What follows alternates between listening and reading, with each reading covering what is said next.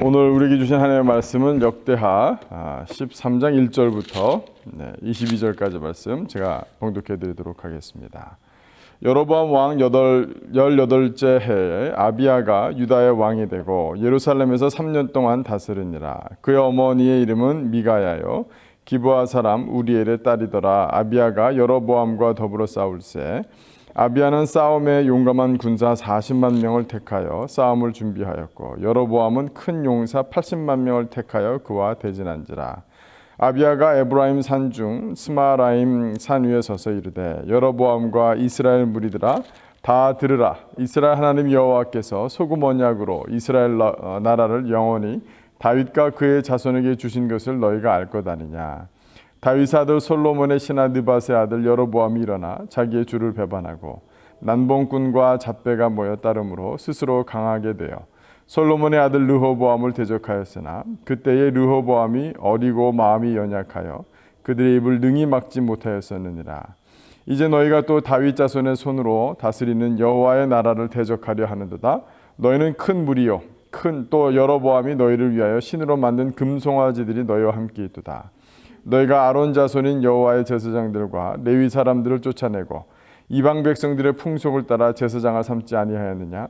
누구를 막론하고 어린 수송아지 한 마리와 순양 7마리를 끌고 와서 장립을 받고자 하는 자마다 허무한 신들의 제사장이 될 수 있도다. 우리에게는 여호와께서 우리 하나님이 되시니 우리가 그를 배반하지 아니하였고 여호와를 섬기는 제사장들이 있으니 아론의 자손이요 또 레위 사람들이 수종들어 매일 아침 저녁으로 여호와 앞에 번제를 드리며 분향하며 또 깨끗한 상에 진설병을 놓고 또 금등 잔대가 있어 그 등에 저녁마다 불을 켜나니 우리는 우리 하나님 여호와의 계명을 지키나 너희는 그를 배반하였느니라. 하나님이 우리와 함께하사 우리의 머리가 되시고 그의 제사장들도 우리와 함께하여 전쟁의 나팔을 불어 너희를 공격하느니라. 이스라엘 자손들아 너희 조상들의 하나님 여호와와 싸우지 말라. 너희가 형통하지 못하리라. 여로보암이 유다의 뒤를 둘러 복병하였으므로 그 앞에는 이스라엘 사람들이 있고 그 뒤에는 복병이 있는지라. 유다 사람들이 뒤를 돌아보고 자기 앞뒤에 적병으로 말미암아 여호와께 부르짖고 제사장들은 나팔을 부니라. 유다 사람이 소리 지를 때에 하나님이 여로보암과 온 이스라엘을 아비야와 유다 앞에서 치시니 이스라엘 자손이 유다 앞에서 도망하는지라. 하나님이 그들의 손에 넘기셨으므로 아비야와 그의 백성이 크게 무찌르니 이스라엘이 택한 백성들이 죽임을 당하고 엎드러진 자들이 50만 명이었더라. 그때에 이스라엘 자손이 항복하고 유다 자손이 이겼으니 이는 그들의 조상들의 하나님 여호와를 의지하였습니다. 아비야가 여로보암을 쫓아가서 그의 성읍들을 빼앗았으니 곧 베델과 그 동네들과 여사나와 그 동네들과 에브론과 그 동네들이라.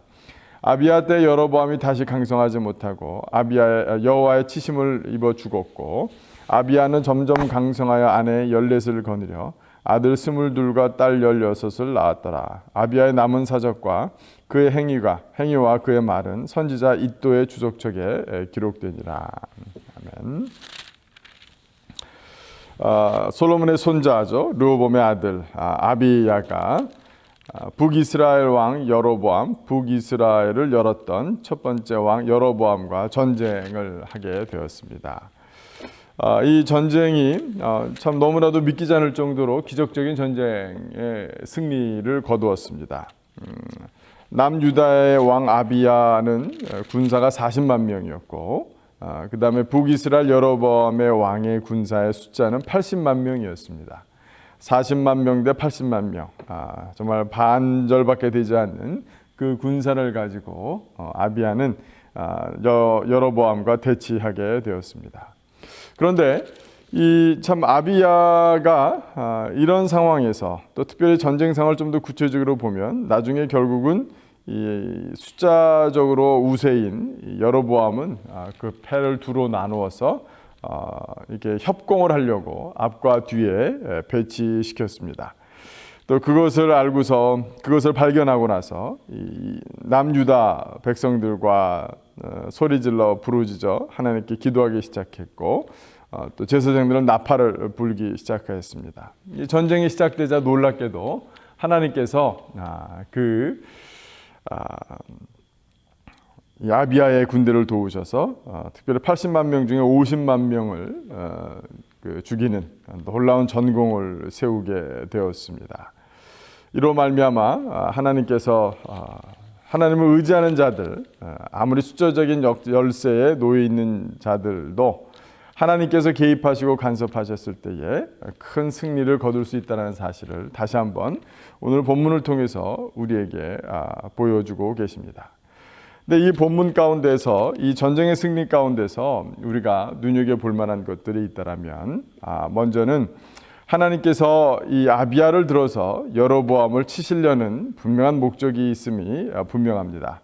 오늘 본문 가운데 나오지 않지만 이 열왕기상 14장에 보면 이 여로보암이 제사장들을 내어쫓고 레위 사람들을 내어쫓고 또 산당을 만들고 금송아지로 우상을 만들고 하나님을 떠나고 하나님께서 그를 왕으로 세우셨음에도 불구하고 백성들 앞에서 정통성을 두려워했던, 그래서 굉장히 불안해했던, 인시큐어했던 이 여로보암 왕은 왕에게 하나님께서 실망하셨고 또 그를 심판하실 것에 대한 이야기가 나옵니다. 특별히 아비야 여로보암의 아들이 죽는 것을 통해서 먼저 아들을 보냈는데 그 아들이 죽는 걸 통해서 선지자가 예언하기를 너희 집안의 남자들 가운데 이렇게 편안히 죽는 사람은 이 아들이 마지막일 것이다 라고 예언하셨는데 그대로 오늘 본문을 통해서 확인된 것을 볼 수 있습니다. 여로보암은 이 이후에 힘을 잃어버리고 시름시름 앓다가 곧 죽게 되는 그런 안타까운 역사를 보게 됩니다. 하나님의 말씀이, 하나님의 예언이 그대로 이루어진 것뿐만 아니라 더 놀라운 것이 있다라면 그것은 바로 오늘 5절 말씀에 나온 이스라엘 하나님 여호와의 소금 언약이라는 표현입니다. 5절을 보시면 이스라엘 하나님 여호와께서 소금 언약으로 이스라엘 나라를 영원히 다윗과 그의 자손에게 주실 것을 너희가 알 것 아니냐. 하나님은 언약의 하나님, 약속의 하나님, 약속하신 것을 지키시는 하나님, 다시 말씀드려서 약속을 어기지 아니하시는 하나님, 신뢰하시는 하나님, 미쁘신 하나님, 하나님의 약속은 영원하다는 사실입니다. 여기서 소금 언약이라는 표현은 성경에 2번 나오게 되는데요. 민수기에도 나옵니다만 이 소금 언약이라는 것은 우리가 부패할 음식에 소금을 쳐서 보존하는 것처럼 이 소금을 상징하는 것은 영원하다, 불변하다, 변치 않는다라는 것입니다. 변치 않는다라는 것은 사실은 이 남유다의 이 왕들의 통치나, 물론 선왕도 있었지만 또 악한 왕도 있었고 한 왕의 인생에 있어서 어떤 때는 선하고 어떤 때는 악하기도 했지만 계속해서 이 인간의 연약함과 인간의 불순종 가운데서도 하나님이 우리에게 맺으신 언약은 소금 언약이구나, 영원하구나, 불변하구나, 하나님은 약속의 스스로를 매이시는구나 라는 사실이 오늘 본문을 통해서 우리는 사실 분명히 볼 수 있는 것입니다.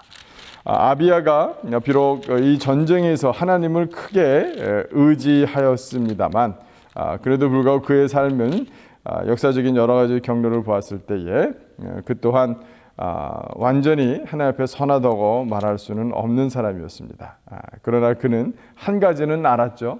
하나님의 은혜가 있고 하나님의 약속이 있고 그것을 의지할 때 하나님의 승리를 맛볼 것이다라는 그 믿음 하나는 분명했던 것을 우리는 확인해 볼 수 있습니다.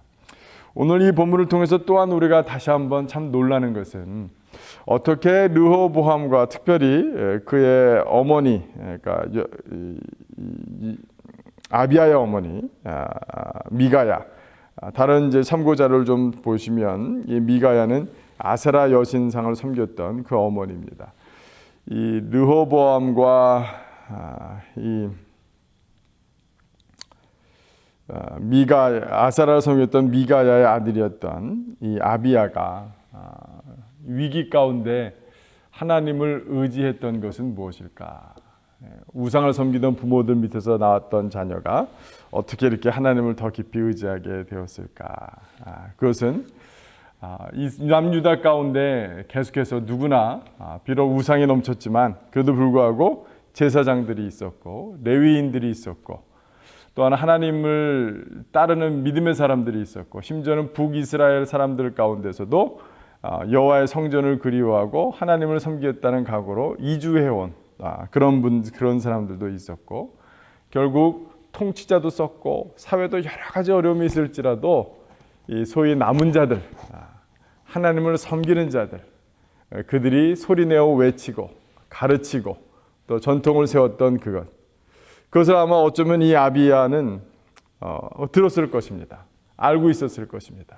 근데 그 위기의 상황에 닥쳤을 때 내가 우리 외삼촌한테 들었던 아니면 외삼촌이 아니겠죠. 여러 경로를 통해서 국가적인 절기를 통해서 비록 확인했던 그 사실이 믿음이 작동할 수 있었다는 사실을 저는 오늘 본문 가운데서 한번 마음 가운데 감동이 됐습니다. 세상이 더럽고 통치자가 어리석고 여러 가지 세속적인 어려움 가운데서도 우리는 하나님을 섬기는 사람들로 하나님의 소금 언약의 백성들로 우리는 계속해서 가르치기를 멈추지 않고 부르짖기를 멈추지 않고 하나님의 뜻대로 하나님의 방법대로 살기를 멈추지 말아야 되겠다. 그것은 아마 그 각 가정에서 자녀 교육에도 매한가지라고 생각이 듭니다. 그러면 언젠가 그것을 보고 듣고 자란 사람들이 그것을 처음 들었을 때는 흘려버린 사람들조차도 언젠가는 성령께서 그 마음 가운데 심겨진 그 씨앗을 통해서 하나님을 믿는 여호와 하나님을 믿는 믿음의 역사를 일으키실 것을 우리가 어찌 알겠습니까? 분명히 그렇게 하시고 사실 우리의 인생 가운데도 그런 역사가 있었던 것을 확인할 수 있습니다. 저는 오늘 이 아비야의 승리를 보면서 다시 한번 우리가 전도에 힘써야 되겠다. 우리가 하나님을 향한 믿음을 전파하고 선포하는 일에 우리가 뒤로 물러서면 안 되겠다. 아마 이 여로보암과 아비야 이 전쟁의 궁극적인 차이는 레위 족속과 제사장들이 어디에 있었는가. 아마 사실 이 아비야의 이 전쟁을 선포하면서 쭉 연설했던 그것도 결국은 그거였습니다. 너희들은 유선을 섬기자. 우리는 하나님을 섬긴다. 너희들에게는 레위 지파와 제사장이 없었지만 우리는 제사장들과 레위인들이 있다. 뭐 이런 것들을 계속해서 비교하고 설명하면서 얘기했던 것처럼 아마 이 남유다를 어떻게든지 이렇게 지탱했던 것은 어찌 보면 소수의 사회 전체는 우상들을 섬길지라도 하나님을 믿는 이 레위 지파들, 제사장들이 그들이 있었기 때문에 이런 일들이 있었다고 저는 개인적으로 생각합니다. 생각을 넘어서 우리도 이 본문 말씀을 보면서 오늘날의 이 레위 지파는 우리 믿는 크리스찬들입니다.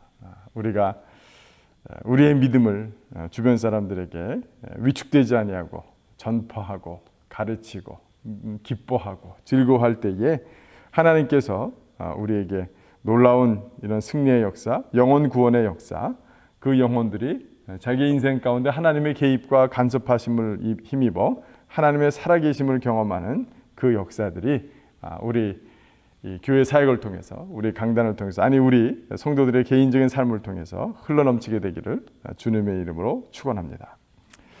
이 시간 함께 기도하도록 하겠습니다. 제가 기도하겠습니다. 사랑해 주님, 참 그렇습니다. 아비야가 하나님 개인의 삶은 또 그 부모들의 삶을 보았을 때 하나님 그 또한 또 나중에 3년밖에 통치 안 하고 나중엔 그 3년 기간 동안 많은 처첩을 두었던 또 외교적인 수완을 발휘하려고 강성해지려고 노력했던 아비야였지만 그래도 전쟁의 위기의 순간에 그가 믿음을 발휘할 수 있었던 그것은 하나님이 여로보암을 멸망시키려는 하나님의 예언을 성취하신 역사였지만 그것보다 더 다윗 왕조와 하나님께서 약속하신 소금 언약이 있었음을 보았습니다. 그러나 우리는 또한 이 말씀을 통해서 아비야의 믿음을 발휘했던 그 이후에는 하나님 레위 지파와 하나님 제사장들이 여전히 하나님을 섬기는 사람들이 하나님을 따르고자 하는 사람들이 소수일지라도 하나님 사회와는 그 시류와는 거슬릴지라도 주님 그 믿음을 붙들고 있었기 때문에 하나님 그것에 도전을 받고 자극을 받고 위기의 상황에 그것이 기억이 나서 하나님을 의지했던 믿음의 발로는 아니었나 하는 저들 마음 가운데 그런 믿음이 있습니다. 하나님, 우리도 그러한 믿음대로 살 수 있도록 주님 도와주십시오. 우리의 주변을 보았을 때에 만몬의 신을, 하나님 경제적인 신을 섬기는 많은 사람들이 있고, 하나님 자기가 자아 성취를 하려고 노력하며 하나님 자기 스스로를 또 세상적인 방법으로 지켜내려는 그런 많은 움직임들이 있지만, 우리는 연약하고 우리는 가진 것 없고 우리는 부족하지만, 하나님 우리의 형편은 그렇지 않지만 그래도 불구하고 나에게는 영원한 불변한 하나님의 사랑이 있고 약속과 언약이 있음으로 말미암아 그것을 기뻐하고 증거하고 자랑하며 하나님을 섬기는 그 일 가운데 뒤로 물러나지 아니하는 하나님, 저희 자신들이 되게 도와주시고 저희 각 가정들이 될 수 있도록 주여 축복하여 주시옵소서. 우리의 이런 삶을 통하여 언젠가 우리의 자녀들이, 아니 우리의 주변에 사랑하는 사람들이 아비야처럼 위기의 순간에 하나님을 찾고 부르짖어 하나님의 개입과 간섭하심을 통해 하나님의 살아계심을 경험하는, 하나님께 영광 올려드리는 그 생명의 역사들이 우리 교회를 통해서, 우리의 삶을 통해서 일어나기를 주님 간절히 간구하고 원하오니 주님 도와주시옵소서. 감사드리며 예수 그리스도 이름으로 기도드렸습니다. 아멘. 오늘 우리가 함께 개인의 골방의 시간에 또 중보할 또 기도 제목 알려드리도록 하겠습니다. 특별히 오늘은 10월 21일 나이지리아에서 살해에 당한 여성 목회자가 있다고 합니다. 지난 7월 나이지리아에서 한 여성 목회자가 새벽에 시신으로 발견되는 사건이 있었습니다. 리딤드 크리스찬 교회의 목사인 유니스 올라왈라 엘리사는 머리와 어깨 등 여러 곳에 칼에 찔린 채 살해되었습니다. 현장 사진을 보면 유니스 엘리사는 전도할 때 사용하던 성경과 메가폰 옆에서 많은 피를 흘린 채 쓰러져 있었습니다. 그곳은 몇 달 전에도 74세의 기독교인이 살해당했던 나이지리아의 수도 아부자의 한 시장거리이며 그녀가 정기적으로 전도하던 곳이었습니다. 현재 이 사건에 자신들의 소행이라고 밝힌 단체는 없습니다. 그러나 지역 경찰은 이슬람 광신자들로 의심되는 관련자들을 체포했다고 밝혔습니다. 나이지리아 크리스찬의 안전을 위해, 그리고 그 땅의 부흥을 위해서 기도합시다. 아프리카는 이 북쪽에서부터 이슬람들이 이렇게 쭉 남진하려고 합니다. 그래서 이 아프리카 대륙을, 중동과 유럽을 이렇게 잇고 남북으로 이렇게 아프리카 대륙을 관통하면서 자기네들이 이슬람 크로스를 십자가를 만들겠다고. 그게 이제 이 사람들의 선교 전략 중에 하나인데, 나이지리아, 케냐, 수단, 이 북부에서 중부로 내려가는 이 나라들 가운데 굉장히 큰 어려움과 대치들이 있습니다. 그래도 남아프리카 공화국을 중심으로 남쪽은 아직도 많은 기독교 세력들이 있는데, 특별히 나이지리아, 또 이 수단, 이런 쪽에 참 이런 어처구니없고 안타까운 일들이 많이 일어나고 있는데, 이 시간 우리가 또한 개인의 골방에서 또 하나님 앞에 또 이런 기도 제목들을 알려드리는 또 우리 성도님 되시길 주님의 이름으로 부탁드립니다.